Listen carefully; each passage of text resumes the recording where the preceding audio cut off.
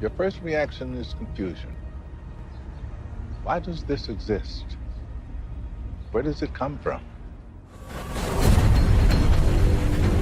The to do good. The urge to do evil has plagued human history.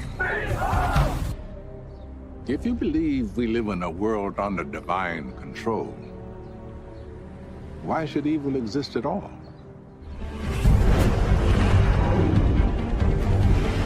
Make an argument that without religion, it's a lot more horrible. Of all the Christian philosophers that I have spoken to, all but one, to my recollection, would vehemently fight with me when I would say, is God all-powerful? Is God all-knowledgeable? Is there evil in the world? Yes, yes, yes, you believe in God. Then God created evil. I mean, I'm trying to be a very simple approach to it. And I'd get fights back and never make any progress. There was one who was different from that, who said that there's no way to get out of that God created evil, and went through the process. Right. I really don't know the Islamic view of whether God created evil. Bismillah. So Muslims believe that there's something called the qadar, which is traditionally translated as fate, destiny, but the root meaning of it is the idea of measuring something out. So there's an idea that God has measured everything out. He's given us enough rope to save us or hang us. And so moral evil is a result of the sinfulness of human beings. So what comes from that? And there's also an understanding that a lot of natural evils are either one of two things, that God is, there's a punishment that could be involved. It's not for us to decide, but it could be a punishment, or it could be an elevation in rank and to take martyrs amongst them. For instance, our Prophet said that anybody that dies from a house collapsing on him is a martyr. It's a martyr's death, so they go straight to heaven. So all the people that died in the earthquake by their houses collapsing on them, they're considered martyrs. And also dying of sudden death is a martyr's death, like in a car accident, falling from your animal. Dying from like stomach cancer or something like that is a martyr's death. So there are many deaths, the Prophet said, that are martyr's deaths because of the intensity of the death, and also the lack of time that sometimes that people have to make amends and do these things. So I think we believe that God created everything, but we don't attribute evil to God as a kind of just appropriateness. So we have a formula that the Prophet gave us that said all of good is in your presence and evil is not attributed to you. But we believe that evil is part of God's creation. God obviously created the evil in the world by allowing it to happen if it's moral evil, and then by the events of natural evil that are clearly created by God. Yeah, so on the moral evil, God certainly allows it, because if you believe in God and it's happening, then it's obvious that God allows it if you still want to believe in God. But you roll it back to say, when God created the universe, did God know that evil would occur? Absolutely. Yeah, absolutely. I mean, so-called open theology in the Christian tradition, modern today, not mainstream, but not insignificant, would say that the future is open, and God is omniscient, that God knows everything that can be known, right. But the future cannot be known because it hasn't occurred yet. Right. So we're not undercutting God's omniscience, because we're saying that, like, can God lift a rock that's too heavy to logical inconsistency. Yeah, logical inconsistency. So there's no undermining of God with a logical inconsistency. So they say the future is a logical inconsistency to know.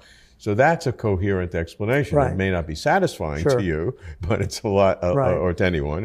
But it's a logical consideration. Well, there's a famous saint in Turkey who had his students, and he wanted to appoint somebody to follow him. So he asked all his students to reflect that night on what they would remove from the world if they could. And so the next day he comes, and the first one says, I'd get rid of murder because it's the worst thing. And the next one says, I'd get rid of alcohol because it's the source of so much evil. I'd get rid of adultery. I'd get rid of... They all giving their things they'd take out of the world.